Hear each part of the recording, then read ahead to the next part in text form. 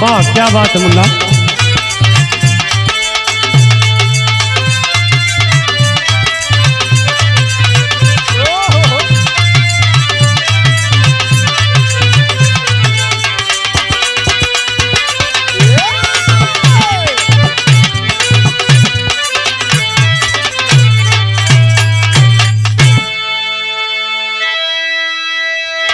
अच्छा भैया, हम भोजपुरी बिरहा गायक रमेश रागी एंड पूरी पार्टी आपके समक्ष एक बड़ी ही हृदय विदारक घटना, जिसकी हम लोग कभी कल्पना नहीं कर सकते हैं, ऐसा एक कांड, गाजीपुर कांड आप सबके बीच में लेकर पुनः एक बार प्रस्तुत हो रहे हैं प्रयाग गंगा स्टूडियो के माध्यम से। इस गीत को आप सुनेंगे, आकार दे के मास्टर।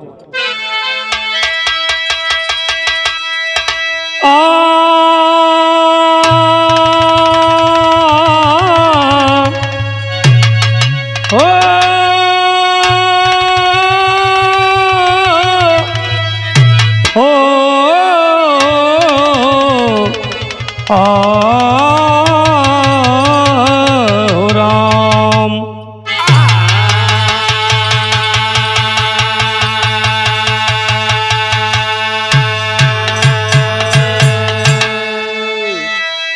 चार लाइन भूमिका का भाव देना पड़ा। पूरे गाने का निचोड़ कवि जी ने भूमिका में लिख दिया। जिसके उदर में है सृष्टि की रचना, संरचना करती है सारे जहां की। माता की ममता की क्षमता कहें क्या, हर के भी उर में है ममता की झांकी। माँ है आराधना, माँ स्वयं वंदना, जिसने पूजा है माँ को रहा कुछ ना बाकी। गुरु शरण की कलम आज आहत हुई, हो गई जब कलंकित ये ममता है माँ की।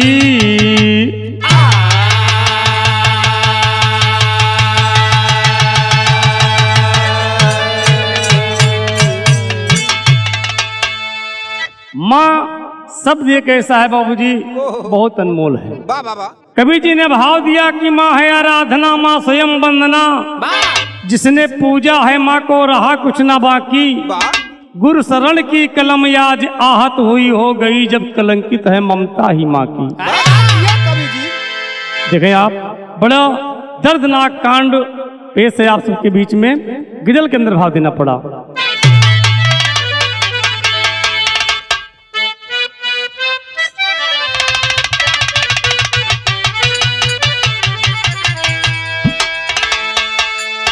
केहू के आत्मा के पुकार बा, कहना बा, अरे बा कि दर्द से भर गईल जिंदगी,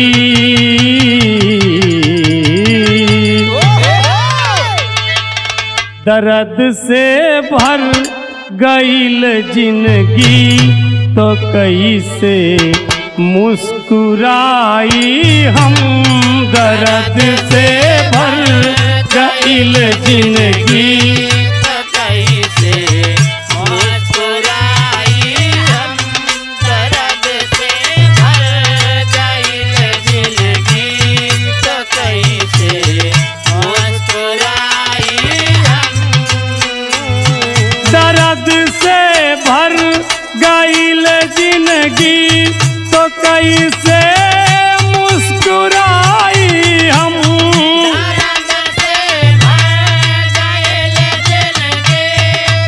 वाह वाह,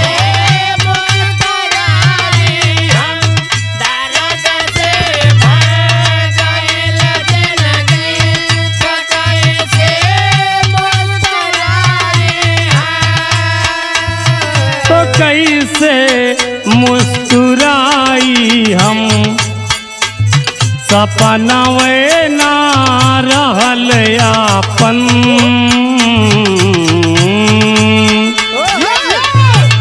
सपना वे ना रहल यापन तो कैसे गुनगुनाई हम सपनवे ना रहल यापन तो कैसे गुनगुनाई सपनवे ना रहल यापन तो कैसे गुनगुनाए हम।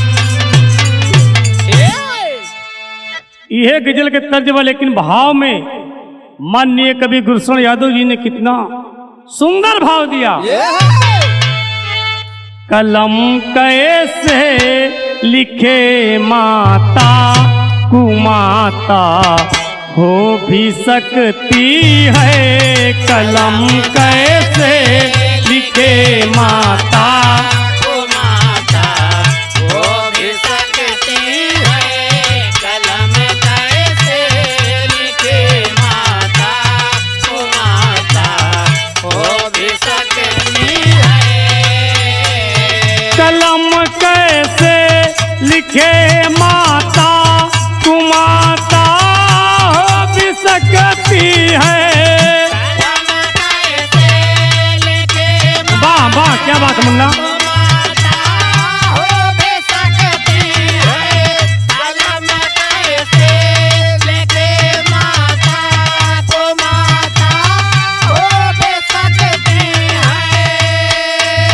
कुमाता हो भी सकती है, जिंदगी देने वाली जिंदगी ले भी सकती है, जिंदगी देने वाली जिंदगी ले भी सकती है, जिंदगी देने वाली जिंदगी ले भी सकती है।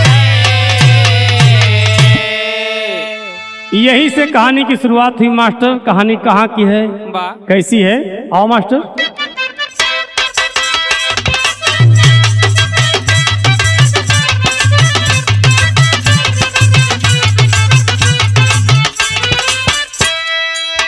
धराई अंबर दिगंबर भीमा की जयकार करे, स्वयं भगवान भीमा रूप का सत्कार करे।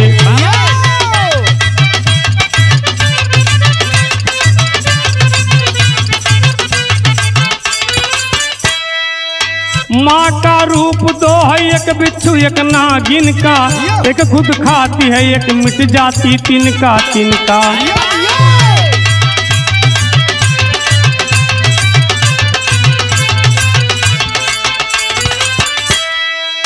हृदय झकझोर देने वाली एक कहानी है, कलंकित कर गई ममता ऐसी नदानी है।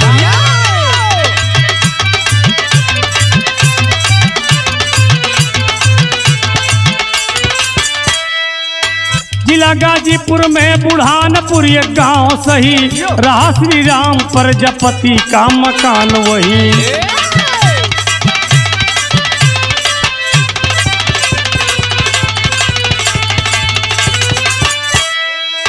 एक बेटा है चेतन घर में खुशहाली बा, बहू बन करके अन्नू आई रूप लाली बा।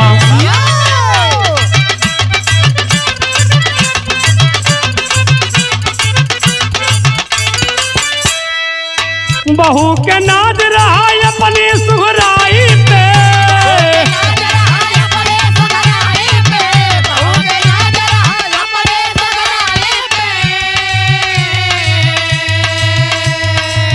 बहू के नाज रहा अपनी सुघराई पे, चेतन भी जान छिड़कता रहा लुगाई पे।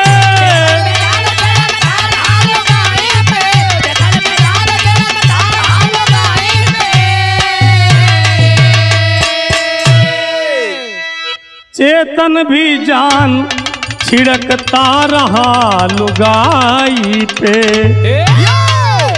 देखें आप, कवि जी ने भाव दिया कि धराई अंबर दिगंबर भीमा की जयकार करे, स्वयं भगवान माँ रूप का सत्कार करे। माँ सर्व ऊपर है दोस्त। माँ अगर नहीं होती तो सृष्टि की रचना नहीं होती। लेकिन माँ का दो रूप, एक बिच्छू का और एक नागिन का। बिच्छू अपने बच्चे के लिए मिट जाती है। इसी तरह एक माँ ने माँ नाम को कलंकित कर दिया। दोस्त, कहानी मिली जिला गाजीपुर में बुढ़ानपुर एक गांव है, वहीं पर एक श्री राम प्रजापति जी का मकान है। प्रजापति जी के एक छे बेटवा, जो ने बेटवा का नाम बताया गया चेतन। चेतन की मातारी बाप शादी किए, बड़ी खूबसूरत दुल्हन मिली जिसका नाम अन्नू बताया गया। बड़ी सुंदर दुल्हन घर में आई, एकदम लक्ष्मी बन करके आई। घर में बड़ा प्यार बा, पति पत्नी दोनों में बहुत प्यार है। तो कवि जी यहाँ पर भाव लिखते हैं, एक तर्ज है मास्टर।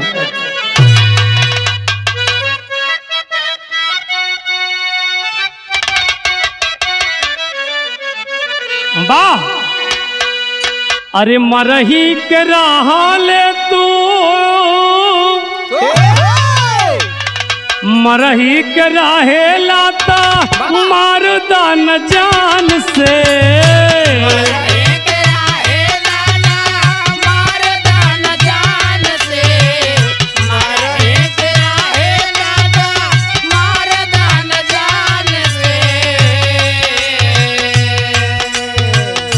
मरही के राहे लाता मारदा न जान से।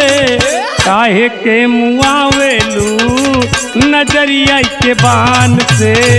काहे के मुआवेलू नजरिया के बान से।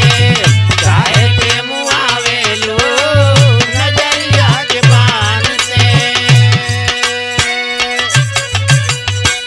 ए भैया, परिवार बड़ा हंसी खुशी से चलता।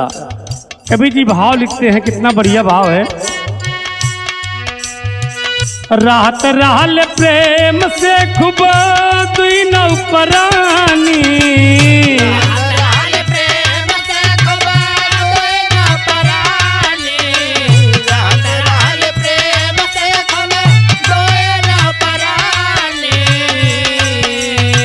राहत रहल प्रेम से खूब दुई नौपरानी। कुल परिवार सुखी काटत रहल चानी। कुल परिवार सुखी काटत रहल चानी। कुल परिवार सुखी काटत रहल चानी।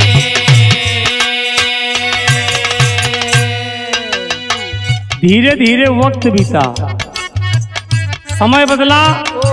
कुछ दिन के बाद क्या हुआ, गोदिया में भइले 3 बेटी के जनमावा। गोदिया में भइले 3 बेटी के जनमावा। गोदिया में भइले 3 बेटी के जनमावा। सासू मकर खूब प्यार से पालनावा। सासू मकर खूब प्यार से पालना।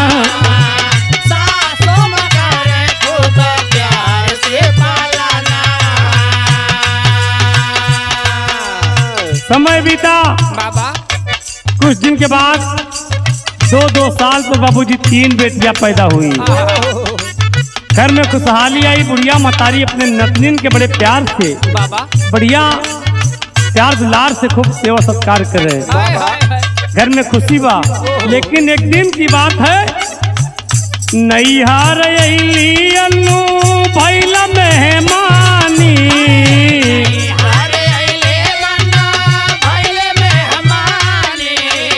वाह वाह,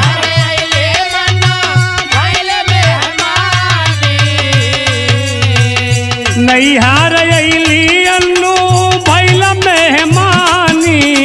सब परिवार खुशी काटत रहले चानी। सब परिवार खुशी काटत रहले चानी। सब परिवार खुशी या। काटत चानी। सब परिवार खुशी काटत रहले चानी। 3 बच्चे हो गए।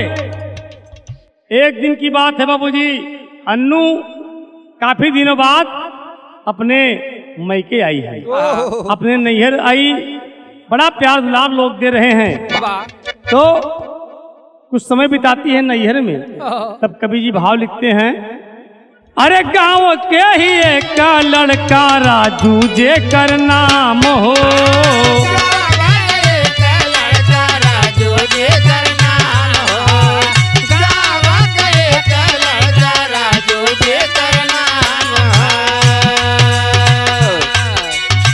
लाड़ गईल अखिया भैले नींद हराम हो, लाड़ गईल अखिया भैल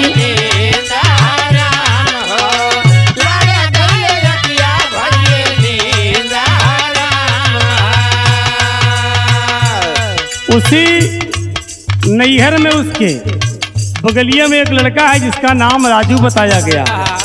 एक दिन की बात है, अन्नू और राजू की नजर लड़ जाती है। लगा नैनाबान बाबूजी, दोनों में मिलाप होने लगा, वार्तालाप होने लगा, बातचीत होने लगी। तो बाबूजी कहा जाता है कि दिल लगाया नहीं जाता है, लग जाता है। मोहब्बत ऊंच नीच नहीं देखती है, जात धर्म नहीं देखती है, और उम्र नहीं देखती है। और ठीक उसी प्रकार अन्नू के साथ हो गया। कवि जी ने भाव दिया,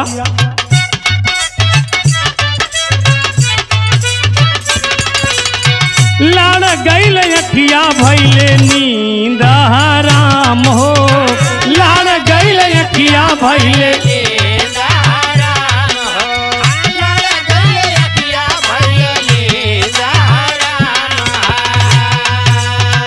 केहू नहीं जाने कब हो जाई नदानी, केहू नहीं जाने कब हो जाई नदानी, केहू नहीं जाने कब हो जाई नदानी,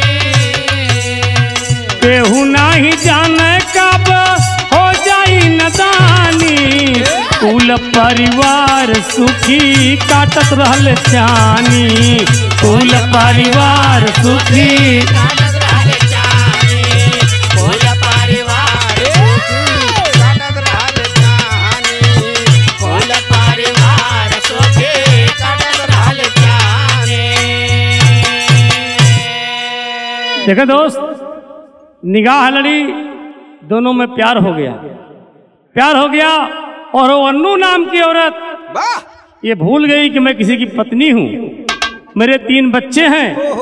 बाबूजी सबका माया मोह तोड़ दिया, तोड़ करके राजू नाम के लड़के से बाबूजी दिलो जान से मरने लगती है। तो बिरहा में एक तर्ज बा,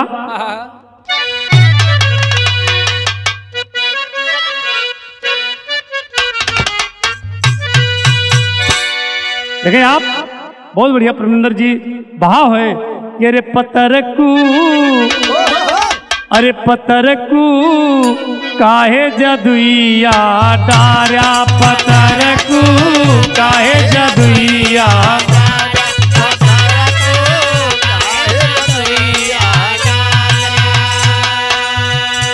इतना तर्जमा, लेकिन हमार कवि गुरसोन यादव जी भाव में कितना बढ़िया भाव दिए।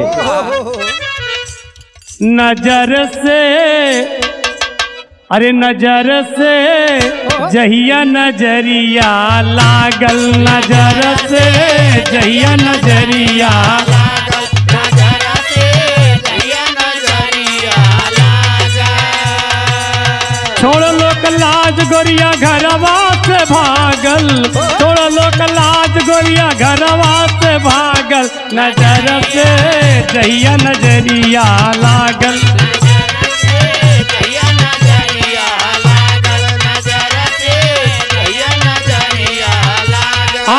छोड़ लोक लाज गोरी घरवा से भागल, छोड़ लोक लाज गोरी घरवा से भागल, नजर से जहिया नजरिया।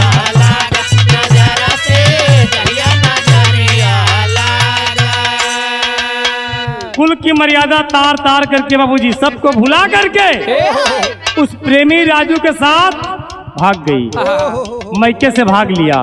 तो कहना है 8 दिन बाद घर वापस आई गईली, 8 दिन बाद घर वापस आई गईली,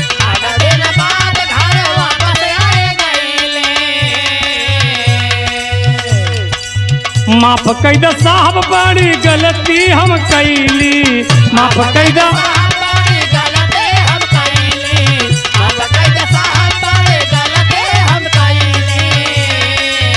सैया से हाथ जोड़ के क्षमा मांगल, सैया से हाथ जोड़ के क्षमा मांगल, नजर से जहिया नजरिया लागल, नजर से जहिया नजरिया लागल, नजर से जहिया नजरिया लागल, सैया से हाथ जोड़ के क्षमा मांगल, सैया से हाथ जोड़ के क्षमा मांगल, नजर से जहिया नजरिया लागल, नजर से जहिया नजरिया लागल।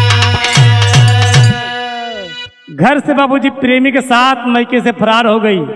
8 दिन के बाद फिर वापस आई। जब उसके पति चेतन को पता चला कि मेरी औरत भाग गई लेकिन फिर मैके में आ गई है, तो जाता है बहुत सारी गलती मानती है, कहा पति आप हमारा परमेश्वर है, दोबारा कान पकड़ती है, मैं ऐसी गलती दोबारा ना करे कभी। बड़े दिल का आदमी था, कहता है कि चलो मेरे घर चलो, कोई बात नहीं लेकिन दोबारा कोई गलती ना होने पाए।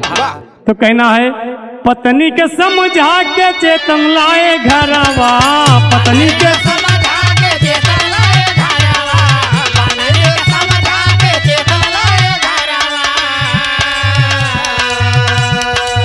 देखा तीनों बिटियन के तू ही सहारावा, देखा तीनों बिटियन के तू है सहारावा, देखा तीनों बिटियन के तू है सहारावा।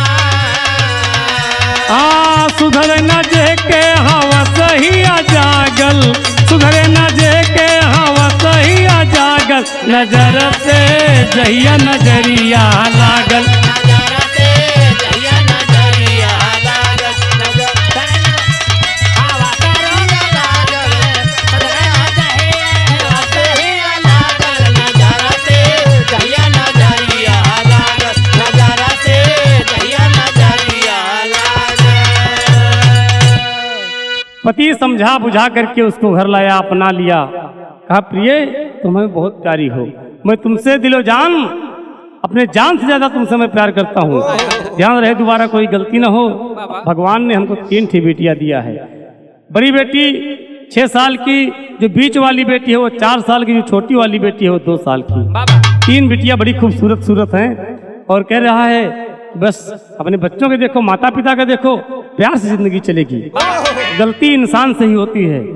वारे चेतन उस पत्नी को अपना लिया बाबूजी, लेकिन जो उसकी आदत है बाबूजी, आदत में नहीं सुधार हो रहा था। चुपके फोन से बात कर लेती थी, आए दिन इसी तरह हरकत किया करती थी। तो बिरहा में एक तर्ज मास्टर साहब,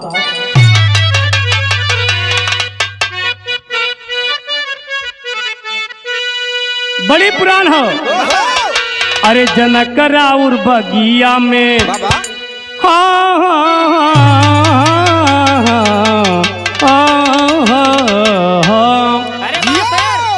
अरे जनक राउर बगिया में फरे लायनार हो, जनक राउर बगिया में,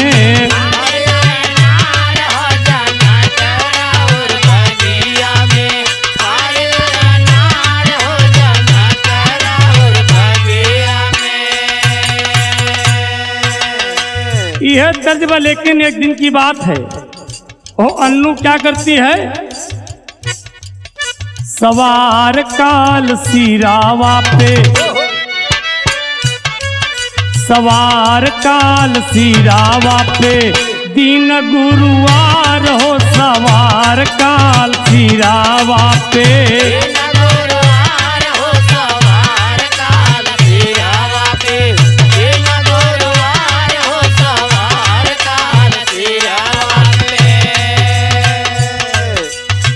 दास बज गईले तबले चेतन सोई गईले रामा, दास बज गईले चेतन सोई गईले रामा, दास बज गईले तबले चेतन सोई गईले रामा। ओही महतारी तब नागिन के काम कैले रामा, ओही महतारी तब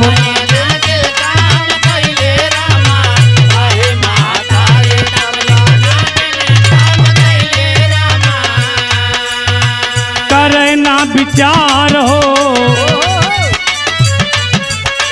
करे ना विचार हो सवार काल सिरावा पे, करे ना विचार हो सवार काल सिरावा पे।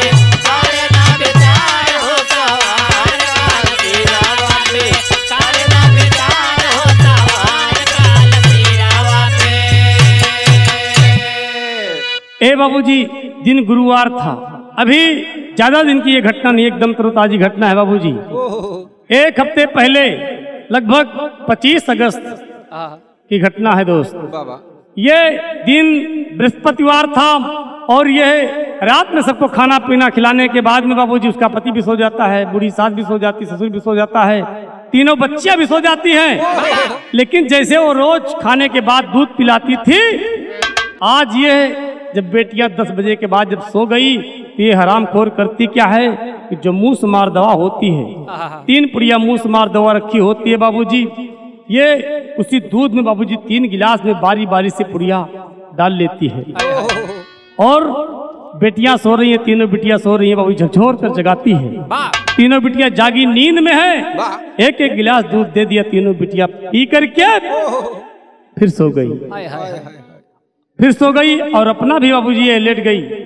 लेकिन जब बेटियां जहर भरा गिलास जब तीनों बेटियां पी लेती हैं, नींद में है, लेकिन जैसे जैसे जहर उनके बदन में बेधता है बाबूजी, वो बेचैन होती है, छटपटा रही है। उस सोते सोते बाबूजी उस अपनी माँ से कवि जी उनके अंतर आत्मा की आवाज लिखा, गुरुशरण यादव जी ने लिखा, उनकी अंतर आत्मा की आवाज अपनी माँ से कह रही है कि माँ तुम क्या कर रही हो। विराम में तर्ज है मास्टर साहब,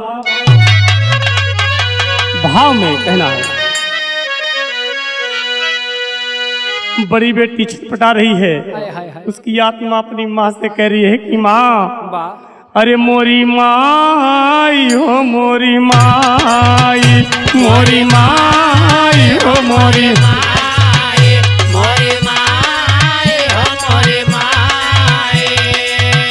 काहे मारे चाहे जहर पियाई, काहे मारे चाहे जहर पियाई, मोरी माई हो मोरी माई,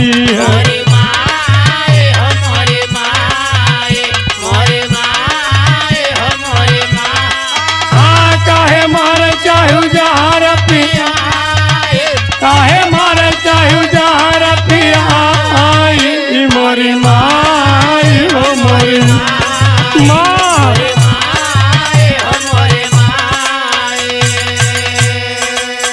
तीनों बेटियां जार पूरा बेद गया है शरीर में, तीनों बेटियां बाबू छटपटा रही हैं। माँ से कहती हैं कि माँ माई तू ही जन्मायु, माई तू ही जन्मायु, तू ही दूधावा पियायु, माई तू ही जन्मायु, तू ही दूधावा पियायु, पैदा होते जे तू गटाई दबाई, मोरी माई हो मोरी माँ, मोरी माई हो मोरी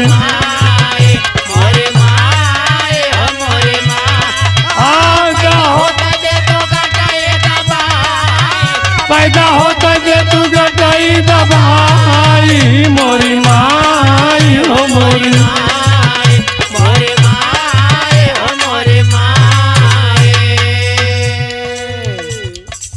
बिटिया छटपटा रही है, पूरा परिवार सब सो रहे हैं, वो महतारी भी हरामखोर, तीनों बिटिया अपने अपने चरपैया पर छटपटा रही हैं, लेकिन माँ हरामखोर नागिन जैसा रूप बना लिया है, वो देख रही है, मुस्कुरा रही है। बेटी रोई कहे पुकार, बेटी रोई कहे पुकार, बहाई हसुआ के धार, बेटी रोई कहे पुकार, बहे हसुआ के धार, हम कौन गलती कैली दे तू न बताई, मोरी माई हो मोरी माँ, मोरी माई हो मोरी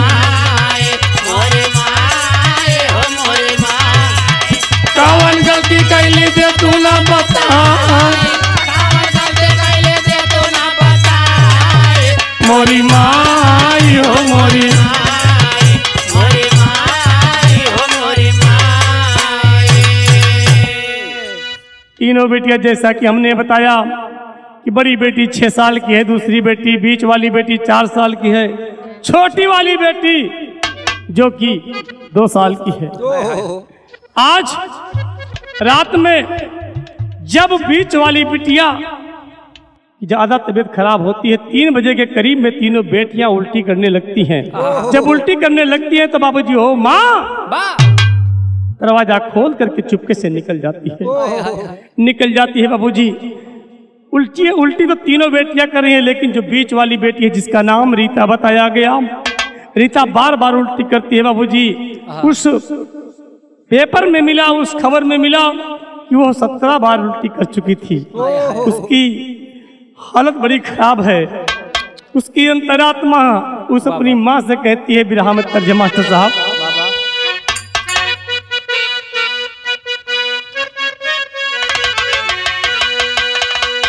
कह रही है कि माँ, अरे माँ मेरी मुझे तो बस तेरा है सहारा,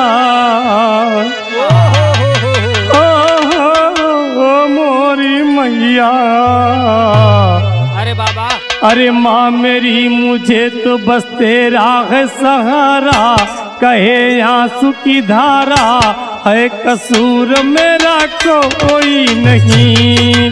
माँ मेरा मुझे तो बस तेरा है सहारा, कहे आंसू की धारा है कसूर मेरा कोई नहीं। माँ मेरे मुझको है तेरा सहारा, कहे आंसू की धारा कसूर मेरा कोई नहीं। माँ घर से चली गई है। तीनों बिटिया एकदम परेशान है, गिर रही है। पलंग से उठ करके बाबूजी सब लोग गिर पड़ी है, अचेत अवस्था में है। माँ, लेकिन माँ तो घर से भगी है। कंपित हुआ हृदय, दुखी दिल ने पुकारा,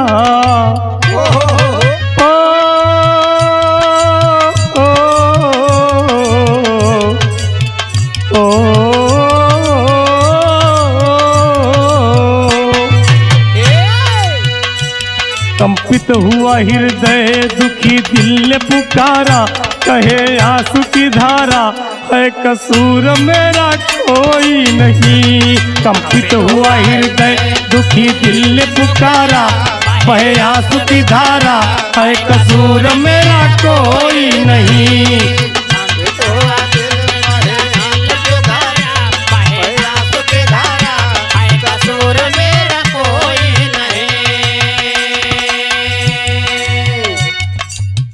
माँ भगी है, लेकिन बेटियां अंतरात्मा से कह रही हैं, अरे वाह, कर दे क्षमा गलती मैं तेरी जन्माई,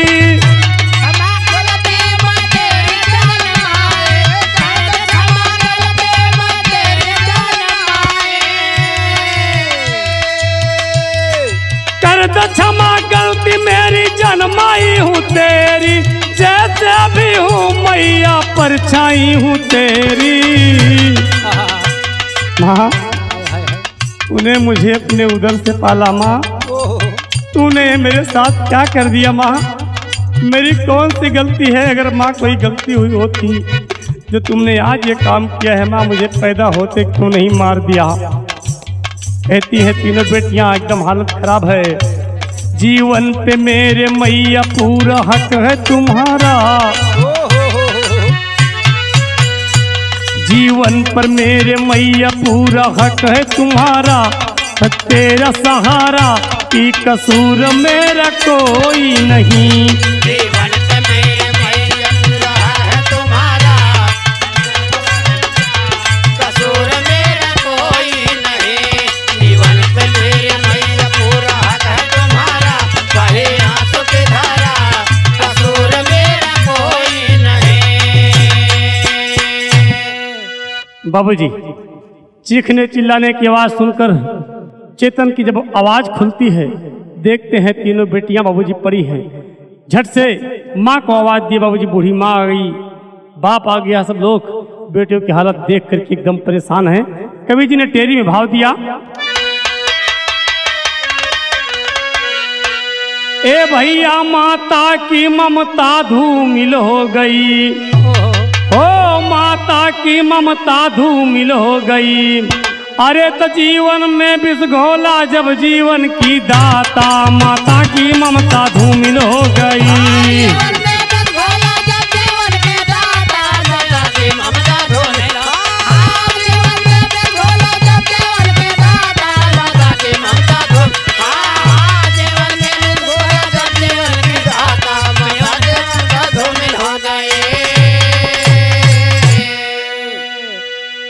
जीवन में विष घोला जब जीवन की दाता, माता की ममता धूमिल हो गई।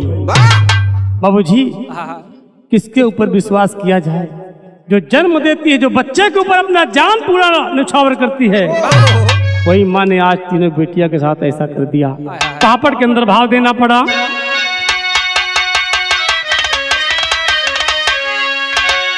घोल के विष जीवन में गई पराई तीनों बिटियन के। अरे टूटल नींद चेतन के मन यकुलाई तीनों बिटियन के। टूटल नींद चेतन के मन यकुलाई तीनों बिटियन के।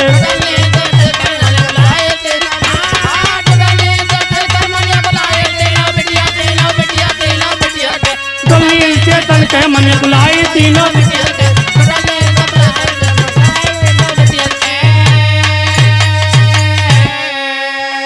ए भैया तीनों बेटी के उल्टी से केहू समझ न पावे हो, बाबू बूढ़ी माई रोवे, सबके मन घबरावे हो।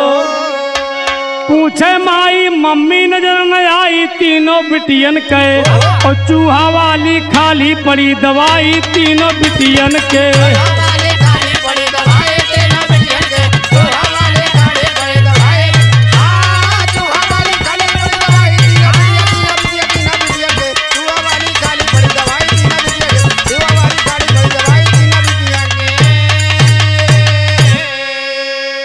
ए बाबूजी, बुढ़िया मतारी देखती है कि अन्नू का कहीं पता नहीं है, पूरे घर में देखती है, लेकिन बाबूजी उसकी निगाह देखती उसी चरपैया के बगल में 3 पुड़िया मूस मार दवाई बाबूजी पड़ी थी। समझ गई कि हराम खोर कोई चाल कर दिया, बच्चों के साथ कोई चाल करके ये भाग गई घर से। तो कहना पड़ा यहाँ पर आला के अंदर भाव बा।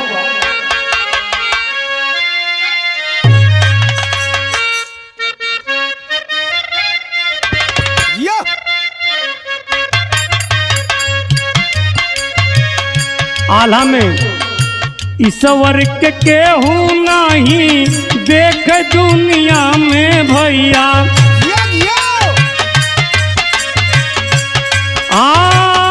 माई ईश्वर के रूप हो सका।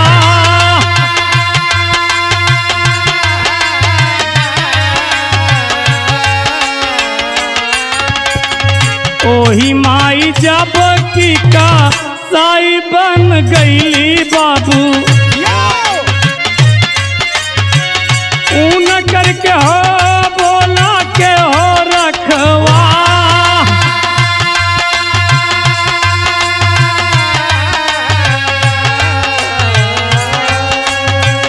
बाबू श्री राम लेके पहुँचे हॉस्पिटलिया बाबू,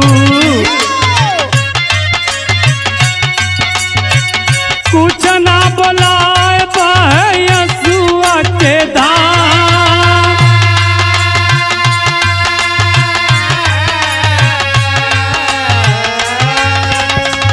बड़ी और छोट बेटी कुछ ठीक भैले भैया,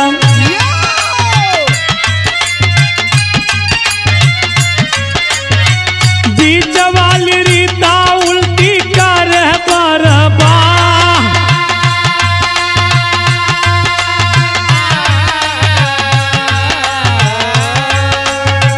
छोटी बेटी और बड़ी बेटी इलाज के दौरान कुछ ठीक होती है, लेकिन जो बीच वाली बेटी जिसका नाम रीता बताया गया, रीता बार बार उल्टी बाबू से लिपट गई।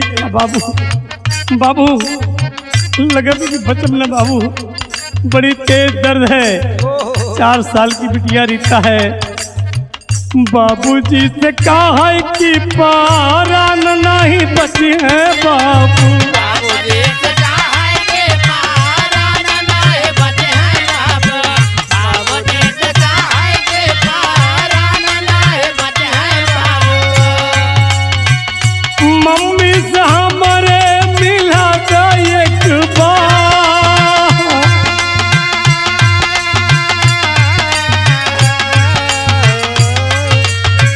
रो रही है। हाँ बाबू, बाबू हम बचब न बाबू, बड़ी जोर दर्द होता बाबू। हमारे मम्मी से हमका मिलवा दिया, मम्मी से मिलवा दिया। और जब बुढ़िया माताजी बाबूजी देखती है, बुढ़िया माई के बात से झर झर नजरिया भैया। बुढ़िया माई के बातें धार धार नजरिया भैया। बुढ़िया माई के बातें धार धार नजरिया भैया। बोल कावन दीनवा देखाया करता।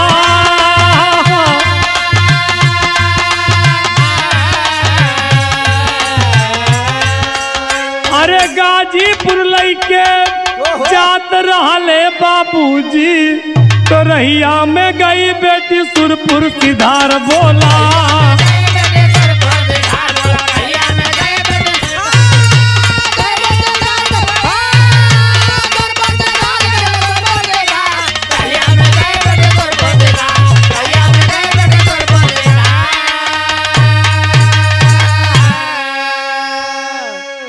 ये बाबूजी बिटिया की हालत जब गड़बड़ हो रही थी, उसको ट्रांसफर किया गया गाजीपुर के लिए। लेकर जा रहे थे बाबूजी, रास्ते में वो रीता नाम की बिटिया जो 4 साल की बच्ची थी, वो बाबूजी भगवान को प्यारी हो गई, खत्म हो गई। जब खत्म हो गई, बाप अपनी गोदी में चेतन अपनी बिटिया को लिया, उसकी गोद में बिटिया दम तोड़ दिया। परेशान हो रहा है। आखिरी भाव में कहना पड़ा मास्टर साहब,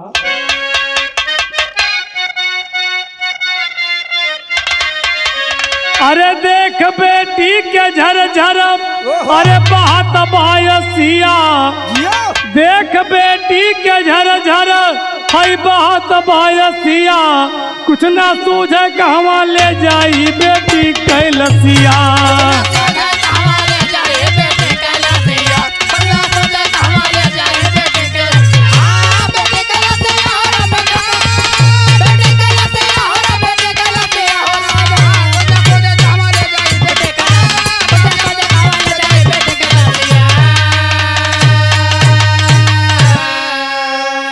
ए भैया, थाना अध्यक्ष तारावती जी से बोले, जा करके बाबूजी रिपोर्ट लिखवाते हैं उसके खिलाफ।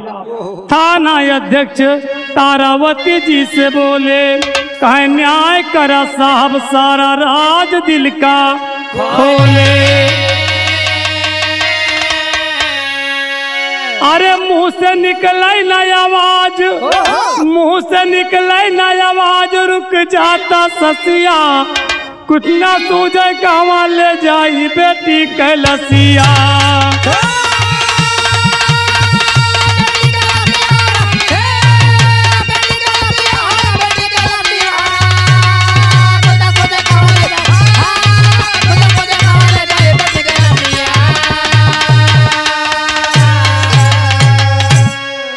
ये बाबूजी जा करके रिपोर्ट लिखवाए और चेतन जी बाबूजी सारी बात को बता दिए कि मेरी पत्नी पहले किसी के साथ भाग गई थी, उसके बाद आई घर में रहने लगी, कुछ दिन के बाद मेरे बच्चों के साथ ऐसा कर दिया बाबूजी। और जब जो उसके पास जो नंबर रहा, उस नंबर पर जब कॉल किया चेतन, तो वो बात भी करती है। बात करे पापिन वही फूनवा मिलाई के, फिर पश्चाताप करे कि बड़ा पाप कैली साहब, सब कुछ लुटाई के।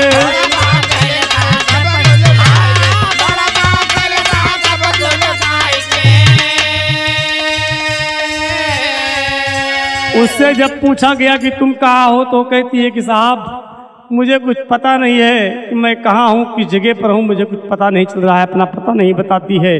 कुछ न सूझे जाई कहवा पर प्रेम के रसिया।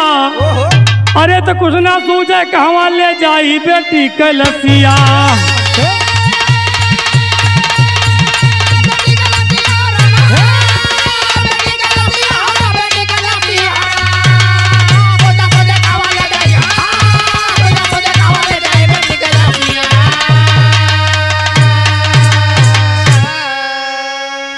बाबूजी कहानी लिखने तक वो अभी मिली नहीं है, घर से फरार है, पता नहीं प्रेमी के साथ भाग गई है, कहाँ गई है उसका अभी कुछ पता नहीं चला। लेकिन दोस्त ऐसी घटना बहुत ही दर्दनाक घटना है बाबूजी, जो कि पूरे सभ्य समाज को झकझोर कर रख दिया। विचार करें हम आप, जिस बिटिया को देवी मानते हैं, दुर्गा मानते हैं, जिस बिटिया के जरिए पूरा सृष्टि की रचना हुई दोस्त, आज ये नागिन बन करके बाबूजी अपनी ही बेटी को, अपनी सगी बेटी को, जिसको अपने उधर से जन्माया, उस बिटिया को मारने का काम किया। कवि गुलशन यादव जी आखिरी भाव में कहते हैं, साधु बदलदास जगजीवन माया राम गुणकारी, अरे सूरज पाल गुरु जगन्नाथ कातिल होई महतारी हो।